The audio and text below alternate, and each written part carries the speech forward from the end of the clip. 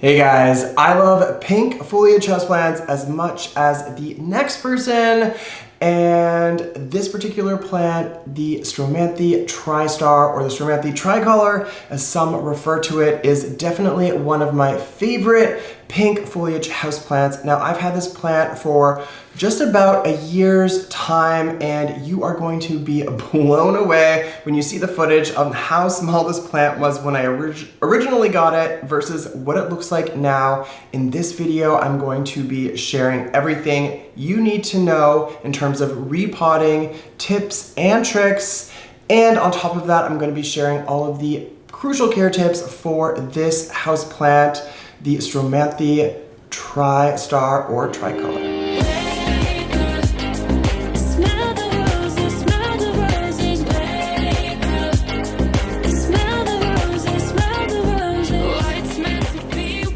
All right, so like I said, check out the footage from less than a year ago. Check out how small this originally was. It's not even a whole year has passed, and I'm gonna throw up a side-by-side so you guys can get, a real good comparison of what it used to look like and how it's looking right now. If you're looking to go bold, I would definitely recommend this plant here. This Stromanthe can grow 2 to 3 feet tall and just as wide. Also known as a Tristar or a Tricolor Stromanthe.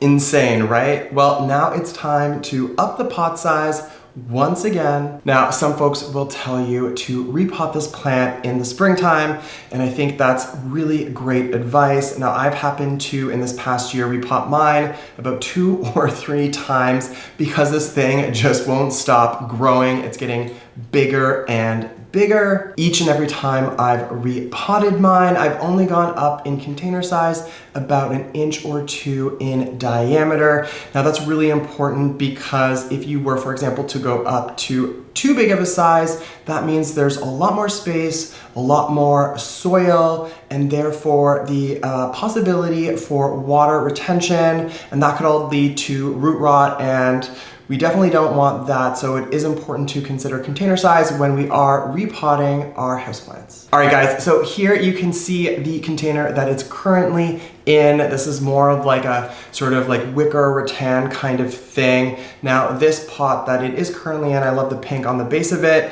And now this doesn't have drainage. It is lined in plastic. And because of that, I know I would have put a whole bunch of horticultural charcoal in the base to help absorb any excess water or any excess moisture. And watering the Stromanthe Tristar is probably actually the most kind of finicky, complicated part, and I'm gonna touch base on that in a little bit. So it is important to kind of keep that all in mind. So definitely a con of this kind of container is the lack of drainage. A pro for this is kind of the beautiful way it looks with the added touch of pink and that kind of thing. But let me quickly give you a quick peek at the 2 containers I'm considering for this plant and its new home. All right guys, so these are the 2 pots that I'm considering. These are slightly different sizes, so I am kind of leaning towards this bigger one because this one might be too similar in size as the size of container that it's currently in.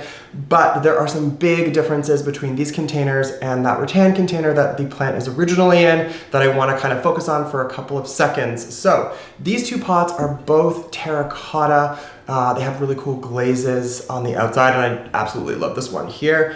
Love this one too, but yeah, I just love these colors on this one right here. So as you can see, both of these have a built-in sort of drip pan at the bottom, which is great news because both of these planters have a ton, 2 or 3 drainage holes, big drainage holes in the bottom, which is really awesome for something like a Stromanthe Tristar. And on top of that, another really important consideration to think about when you're considering a container for this particular houseplant is the depth of the container. These plants actually do prefer something that's a little deeper. It gives the roots a little bit more space, and it allows the water to kind of drain through the soil a little bit better as well. All right guys, so I think I'm ultimately going to go with this bigger pot for size reasons. Now, getting the conditions right for your Stromanthe Tristar and using the appropriate and right quantity of fertilizer is really important, and I think I might have just figured it out because, like I said, this thing is growing like crazy and all in less than a year. So I want to share all of those cool tips and tricks and crucial care instructions for this plant, but I'm going to do that as I'm kind of repotting it into its new home. But don't hesitate to share any comments or experience that you have with this plant, any luck or maybe failures that you've had as well. Thanks for checking out this video. I'm Tyler, and if you like what you're seeing or you find this video to be useful, don't forget to give it a thumbs up, or better yet, you can subscribe to my channel. All right, so tip number one, if you know you're going to be repotting a houseplant like I am here, then a really good tip is to just ease back or stop watering the plant for a day or two beforehand so that it can kind of dry out. This is going to make transplanting it a lot easier. So I've done that. The soil is looking a little bit dry, which is good. It's hopefully gonna make less of a mess when I'm transferring it into this new container. All right, guys, so the first thing I'm going to do is put a little layer of horticultural charcoal on the base of this pot. Now, there is some drainage, like I said, but this does help with just kind of absorbing any excess moisture, and because this is just such a big pot and the drainage hole is in the center, it will just kind of help with like water management. So I'm gonna go ahead and do that, and then we'll go from there. All right, so when it comes to soil mix, there are some important considerations to make when you are choosing what composition you want your mix to be. So, and also because this container is just so large, what I'm doing is with kind of like a two-pronged strategy here. So what I've gone ahead and done just now is I filled up about the bottom half on top of that horticultural charcoal with a whole bunch of coconut coir, peat moss, some vermiculite, and some perlite. So in terms of the overall mix, what you're going to want to think about is something that's really light, has great aeration, breathability for the roots, if you will, and something that has really, really good drainage. Now, I'm not gonna go ahead and use all of like an aroid bark orchid mix because that would cost a fortune, and this pot is just so large. So that's why I'm trying to use a little bit of a different combo on the bottom half, and then on the top half where the roots will live initially, I'm gonna include more of a sort of aroid mix and more bark. I just don't have enough to just make this whole huge container all bark, which would be awesome, but would cost a small fortune. So with this soil in here now, I'm going to put some of that bark mix in. So I'm just going to be using something, let's see if I can find. So I'm not sponsored by Espelma or anything like that, but I'm going to be using this mix on the top of what I have in there now, and then I'm going to try to get this plant out of this container and then settle it in its new home. Wish me luck, and no particular advice for that stage. It's just going to be done very carefully.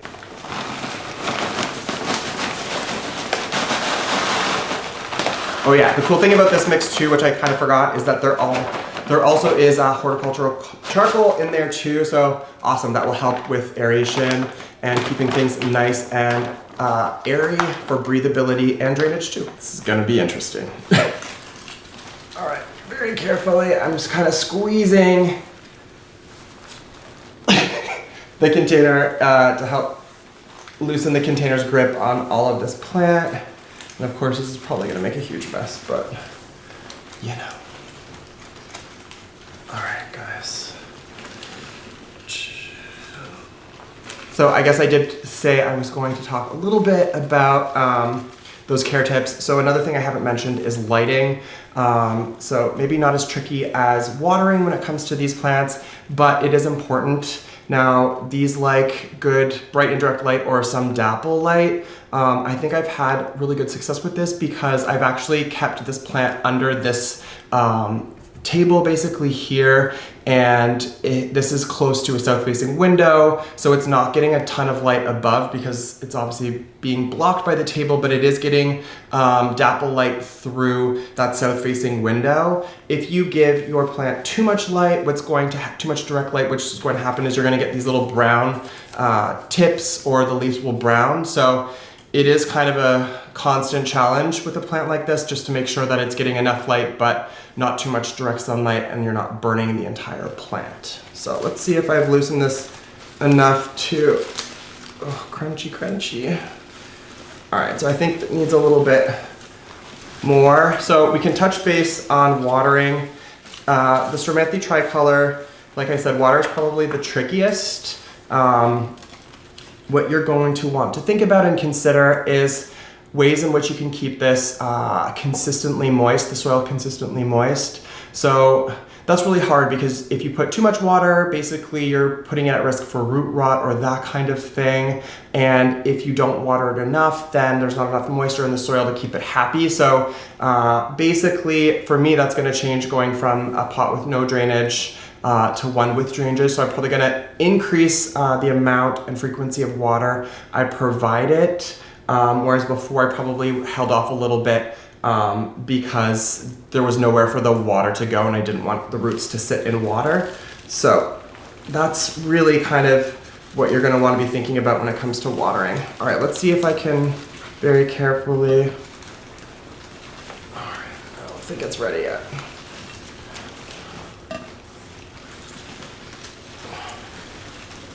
All right, well, this soil's kind of running into it. Thanks for checking out this video. Don't hesitate to leave a comment down below or give this video a thumbs up, and to really show me some love, click on the bell for notifications and alerts for future content.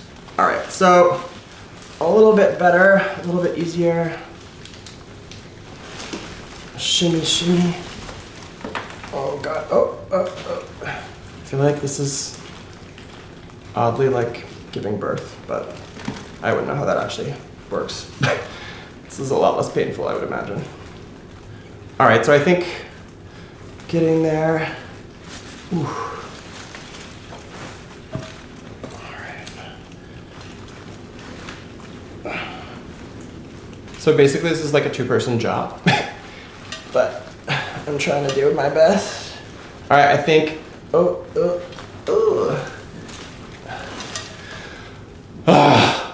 all right. Nice. All right, so there's gonna be a lot more horticultural charcoal in this mix too, because like I said, I had a whole bunch at the base.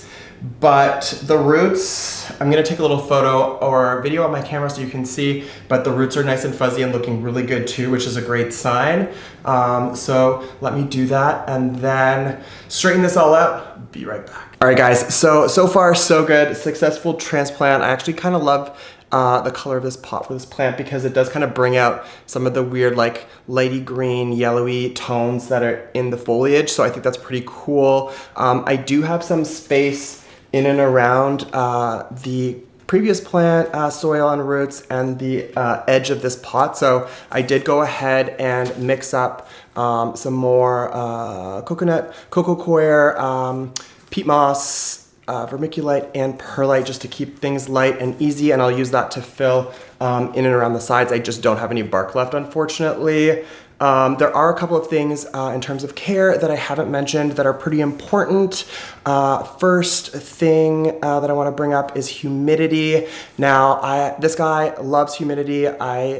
It lives near my humidifier, and I think that's really helped in keeping it happy and grow relatively quickly. The other thing that I haven't yet mentioned is what? We've talked about light, we've talked about water, we've talked about humidity now, we've talked about soil composition. Yes, fertilization is what I'm forgetting about, and I do fertilize this. I've used some slow release fertilizing pearls. Some diluted liquid fertilizer would work great as well, and I probably recommend once every week or 2 weeks to get this guy fertilized. What do you guys think of this new container, its new home? and how it's all doing. Do you guys experience any of those burnt edges or that kind of thing on your Stromanthe Tristar? Let me know in the comments down below. I'm going to kind of fill in the rest of the empty space with this soil, but basically that's it for me and this repot. Oh yeah, don't forget to give this video a thumbs up or hit that subscribe button. Miss you guys already. Until the next one.